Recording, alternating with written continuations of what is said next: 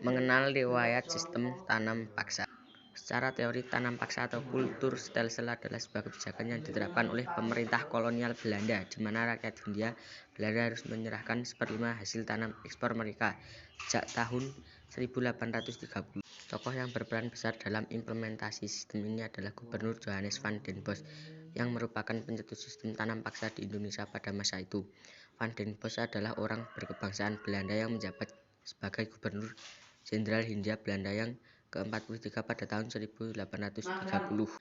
Latar belakang sistem tanam paksa. Pemberlakuan sistem tanam paksa ini didorong oleh kondisi keuangan pemerintah Belanda yang saat itu sedang berada di ujung tanduk. VOC yang sebelumnya merupakan kompeni kebanggaan Belanda pun harus dibubarkan karena korupsi yang merajalela. Bahkan ketika dibubarkan pada 31 Desember 1799, VOC meninggalkan hutang yang sangat besar, yakni sekitar 1.300 gulden. Selain itu, kerajaan Belanda pun harus menghadapi hutang akibat perang.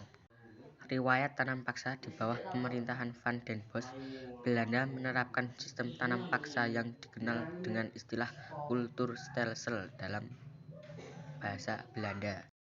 Dalam sistem ini, penduduk desa diminta untuk menanam hasil perkebunan yang menjadi permintaan pasaran dunia pada saat itu untuk diekspor. Mereka menanam teh, kopi, tebu, dan lain-lain.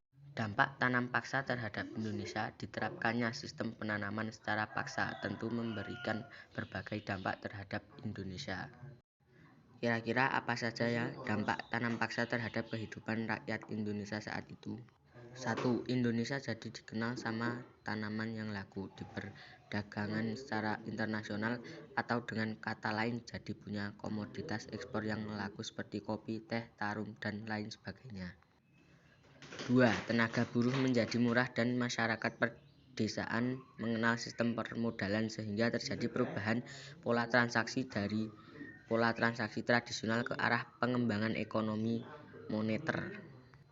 3. Rakyat Indonesia kelaparan karena tidak bisa menanam padi maupun jagung untuk dimakan. Korban jiwa pun tidak dapat dihindari. 4. Rakyat Indonesia harus mengalami kemiskinan karena harga diatur oleh pihak Belanda. 5. Infrastruktur Indonesia dibangun demi memperlancar distribusi hasil tanam paksa. Contohnya jembatan, jalan raya, pelabuhan, dan rel kereta api dikembangkan untuk mengangkut hasil tanam paksa. Penerapan sistem yang tidak manusiawi ini mendapatkan banyak kritik dari perjuangan Indonesia serta aktivitas HAM di Belanda. Terima kasih yang sudah menonton.